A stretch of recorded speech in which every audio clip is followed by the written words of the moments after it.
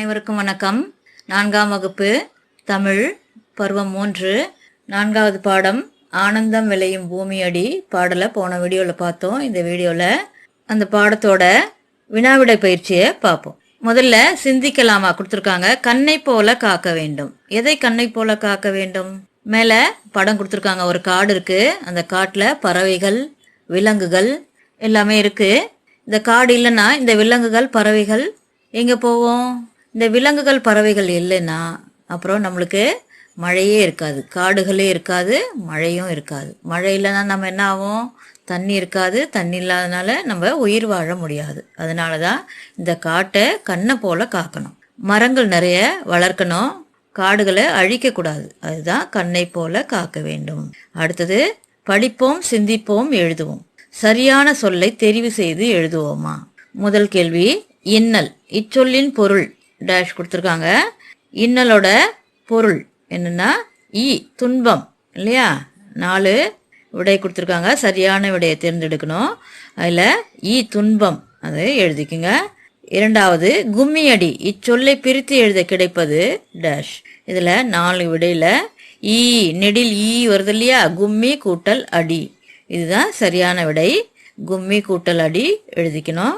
அடுத்து 3, ஆனந்தம். இச்சொல்லின் எதிர்ச்சொல். ஆனந்தத்தோட எதிர்ச்சொல் இது நெடில் வரும். வருத்தம். வருத்தம் டேஷ்ல எழுதிக்கணும்.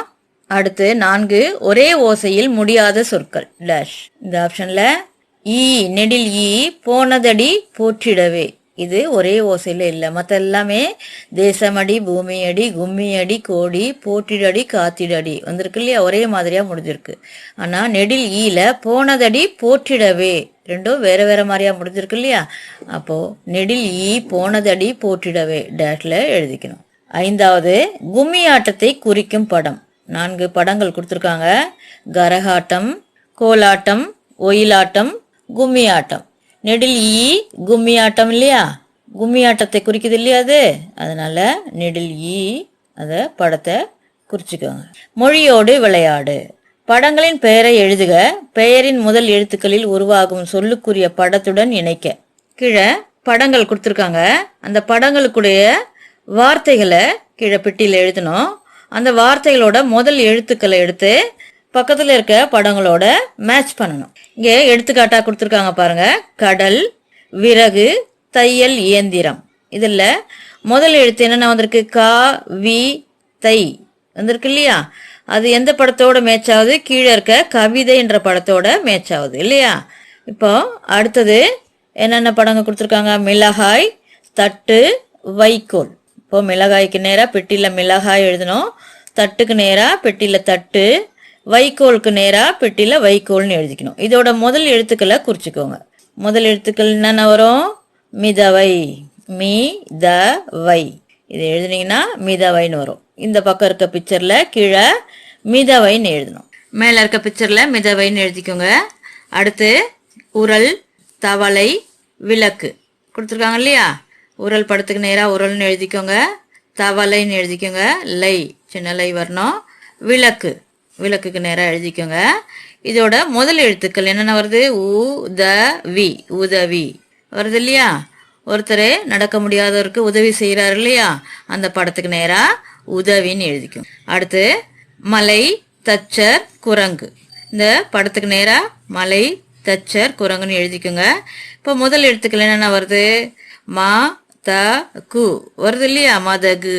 இப்போ அணைக்கட்டு கொடுத்துருக்காங்க இல்லையா? அணைக்கட்டுகளில் ஒவ்வொரு இடமும் நீர் வர இடத்த தான் மதகுன்னு சொல்லுவாங்க. அந்த மதகை திறந்து விடுவாங்க, அதில் தான் நீர் வரும். அந்த படத்துக்கு நேராக கீழே மதகுன்னு எழுதிக்கணும் இல்லையா? அந்தந்த படத்துக்கு நேராக கோடு போட்டு மேட்ச் பண்ணிக்கோங்க. அடுத்து பாடலில் இடம்பெற்றுள்ள ஒத்த ஓசை சொற்களை எழுதுக.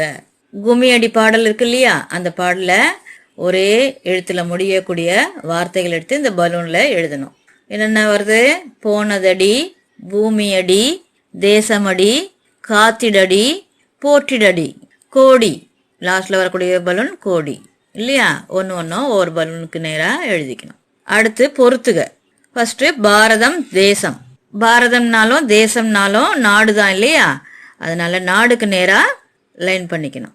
அடுத்து ஆனந்தம், சந்தோஷம். ஆனந்தம் சந்தோஷம்னாலே மகிழ்ச்சி இல்லையா? மகிழ்ச்சிக்கு நேரா லைன் பண்ணிக்கும். அடுத்து நெஞ்சம் உள்ளம், இது ரெண்டுமே மனம் வரும், ரெண்டுமே மனம் சேர்ந்தது தான், நெஞ்சம் உள்ளம். அடுத்து துன்பம் துயர், துன்பம் துயர்னாலே இன்னல் தான் பொருள்படும், அதனால இன்னலுக்கு நேராக கோடு போடு. அடுத்து தாய் அம்மா அன்னை, இது மூணுமே ஒரே பொருள் தான், அதனால அன்னைக்கு நேராக கோடு போட்டுக்கும். கீழே அறிந்து கொள்வோம் கொடுத்துருக்காங்க. நாட்டுப்புற கலைகள் என்பவை நாட்டுப்புற மக்களின் உணர்ச்சி வெளிப்பாடாகும். இந்த உணர்ச்சிகள் பாடலாகவும் ஆடலாகவும் மக்களிடையே வெளிப்படுகின்றன. நன்றி, வணக்கம்.